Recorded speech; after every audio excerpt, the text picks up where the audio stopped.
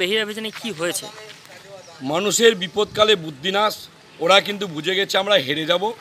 তাই ভেজিনা গ্রামে 150 জন লোক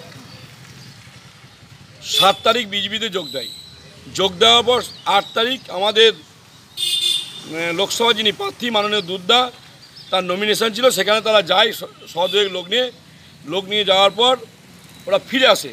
আর ওই দিনকার যেভাবে আমাদের মিছিল হয়েছে, সেই মিছিল থেকে টিএমসির ব্লক থেকে জেলা স্তর পর্যন্ত নেতাদের ঘুম ছুটে গেছে।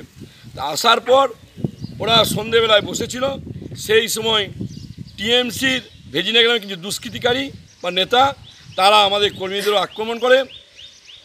একজন কর্মীর ওপর চরম আক্রমণ, তাকে বর্ধমান রেফার করা হয়।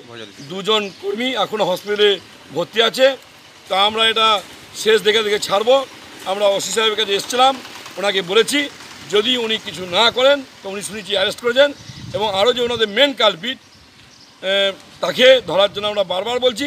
তাকে না ধরলে আমরা ঊর্ধ্বতম কর্তৃপক্ষের কাছে যাবো, এসপির কাছে যাবো, পরে নির্বাচন কমিশন, এবং তারপর আমরা আন্দোলনে নামবো, যেটা ইলেকশনের সময় নামা উচিত নয়। তবু আমরা যদি আইন যদি না মানে আমরা আইন মানব না। যে কী দিয়ে আঘাত করা হয়েছে ওকে ভোজালি, টাঙ্গি, তারপর শাবল, কয়েকজনা তো আমাদের কয়েকটা কর্মী ছিল, না থাকলে ছুটে আসে, গলায় গামছা লেগে 2 জনকে টেনে নিয়ে যাচ্ছিল, এবং গলায় গামছা লেগেছিল, এবং হাতে কয়েকজন পিস্তল ছিল, বোমও ছিল।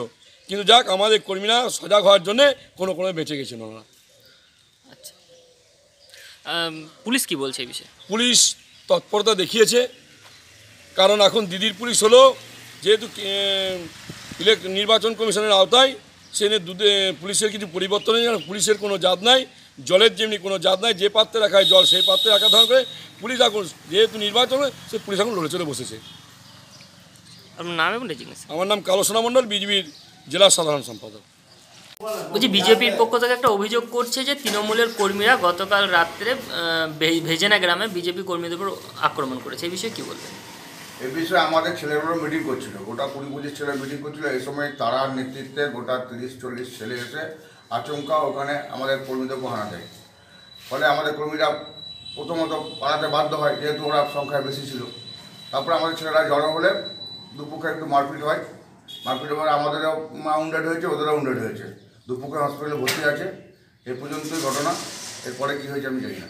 মানে বিজেপির পক্ষ থেকে দাবি করা হচ্ছে তৃণমূলের এলাকার কর্মীরা বিজেপিতে যোগ দিয়েছে বলেই তৃণমূলের কর্মীরা সবাইকে মারধর করেছে। না, কোনো ভেজানাদের কোনো তৃণমূল কর্মীরা বিজেপিতে যোগ দেয়নি। যারা বিজেপিতে আছে তারা বিজেপিতে আছে, কোনো আমাদের তৃণমূল কর্মী কেউ যোগ দেয়নি।